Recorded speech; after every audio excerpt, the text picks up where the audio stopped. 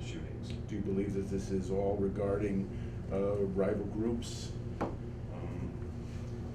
So, yeah, I do believe that there's at least 3 groups that are beefing right now. Mm-hmm.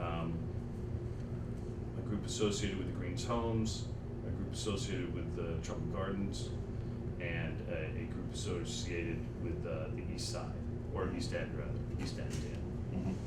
Mm-hmm. And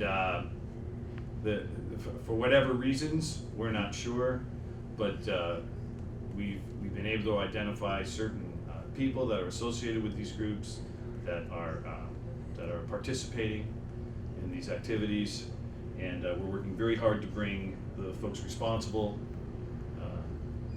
to justice and place them under arrest and get them off the street, and neutralize their ability to create further havoc here. Mm-hmm. Are these named groups or just the usual kind of loosely affiliated groups of youth, and this seems to be a younger crowd, as you can as you can tell. You know, we've done a lot of intervention with the adults through Project Longevity.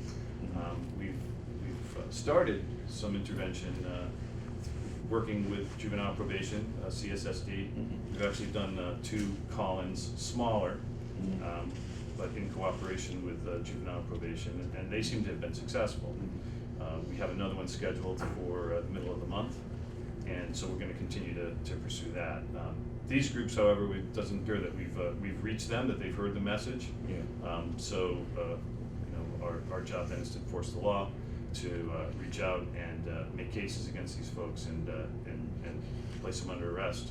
Hopefully that'll calm some Can you of these confirm problems. that on Friday that the 17-year-old girl she was just caught in the crossfire? I mean, I can't. No, I can't confirm that. Whether or not there was another intended victim, I can't confirm. Now, what about the recent shooting of the 15-year-old in Trumbull Gardens? Is that connected to that? So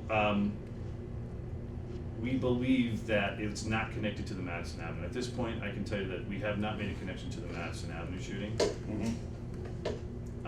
But we do believe that it may be group or gang related. And it may involve a third group. But that's you know, preliminary, and we're still looking into that further.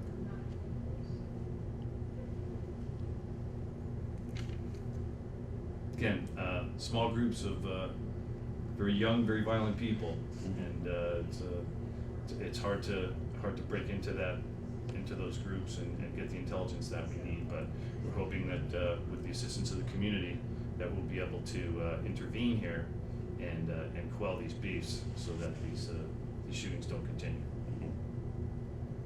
Any idea where they're getting the guns from? I have no idea whatsoever. There is a proliferation of illegal weapons out on the street. They seem very easy to get.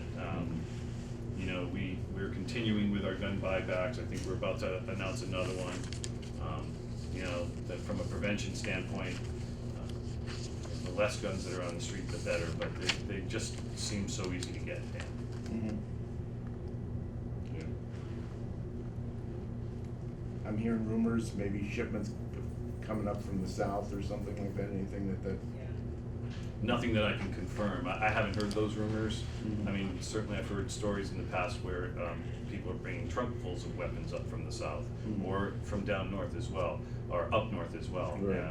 You know, we had that recent, in Boston, I believe, that they had a recent arrest within the last year or so where drug runners were bringing the drugs up to New Hampshire, Vermont, and bringing back cars full of weapons in return for the drugs. So, you know, we know that it's happening, but I can't speak to anything specific here in Bridgeport.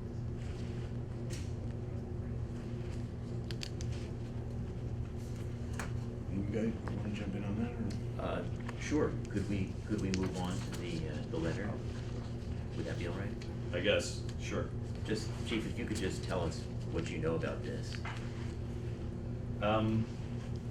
So at approximately 4 o'clock on Sunday morning, the 27th, one of our officers found a letter on the windshield of his vehicle in an employee parking lot, the lower employee parking parking lot, away from security cameras. That's this lot right here, correct? The lower one lot? below that. The one below that, further down, So is you that have to- upper lot? Yeah. And there are no security cameras in that, in the lower lot? There are security cameras, but where these cars were parked were not in the view of the security cameras. So this is, it's the one across the street then? Is it, it's not on this side? There's two lots. Mhm. There's an upper lot, the one that you're pointing to, I believe, is the upper lot. Sure. And there's one below that, Across the street? below it.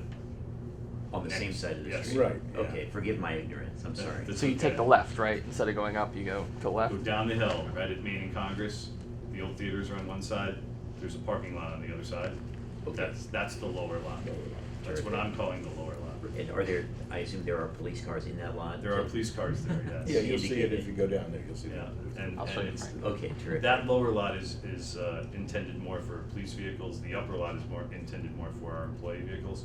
But there are employees that'll park in the lower lot in order to move equipment from their personal car into their police car that they're gonna use for the evening, so they'll leave the car there in order to make it more convenient for them.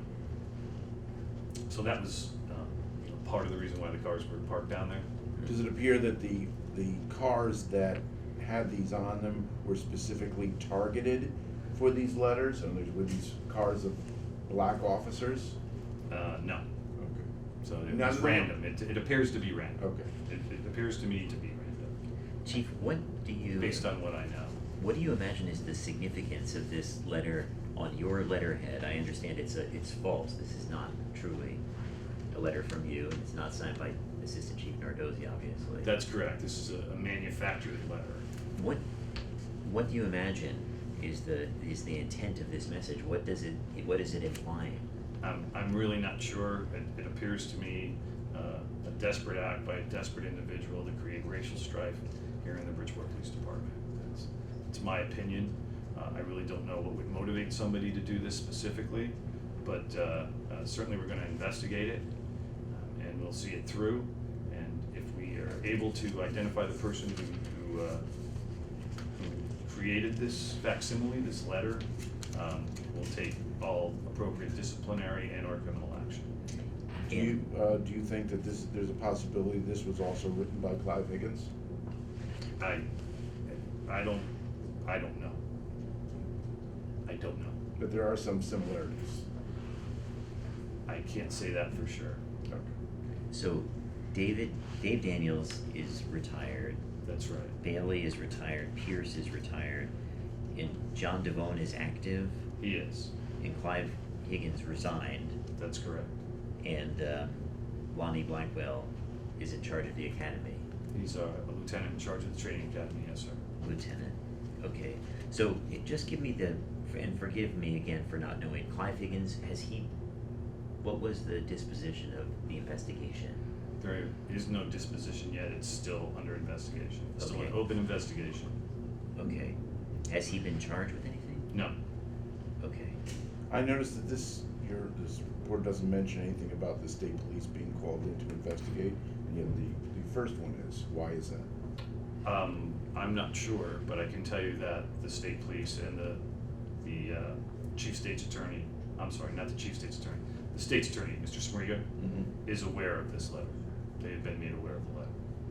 Are they investigating this? That's, it's up to them. You need to ask them that. Okay.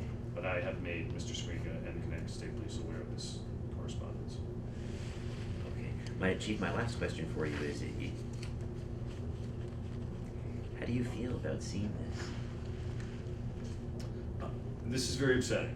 It really is truly very upsetting. We have one of the most diverse police departments in the state. We really have a very tight brotherhood here. Our officers only see one color, in my opinion. They see blue. And this does not represent what the Bridgeport Police Department is all about. And again, I believe that this is a desperate act by desperate individuals to create racial strife in the Bridgeport Police Department for their own personal reasons. It has nothing to do with the Bridgeport Police Department, or for that matter, the Bridgeport Guardians.